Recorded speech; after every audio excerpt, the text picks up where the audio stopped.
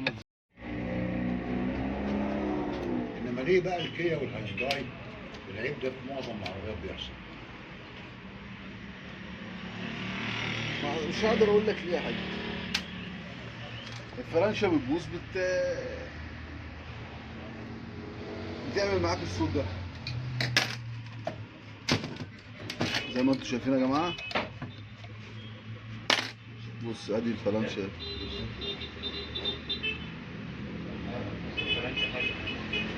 بص الفرنشه بقت عامله ازاي.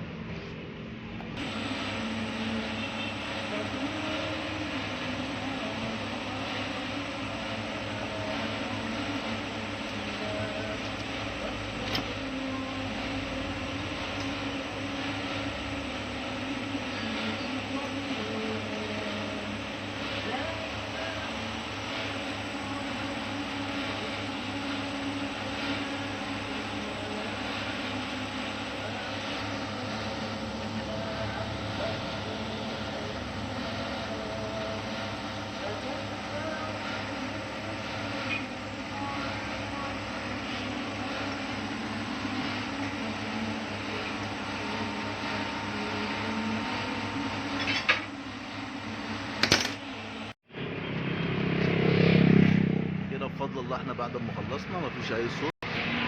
زي ما انتوا طبعا شفتوا الفرنشه كانت طالعه سايحه خالص. خلي بالكم يا جماعه من القصه دي.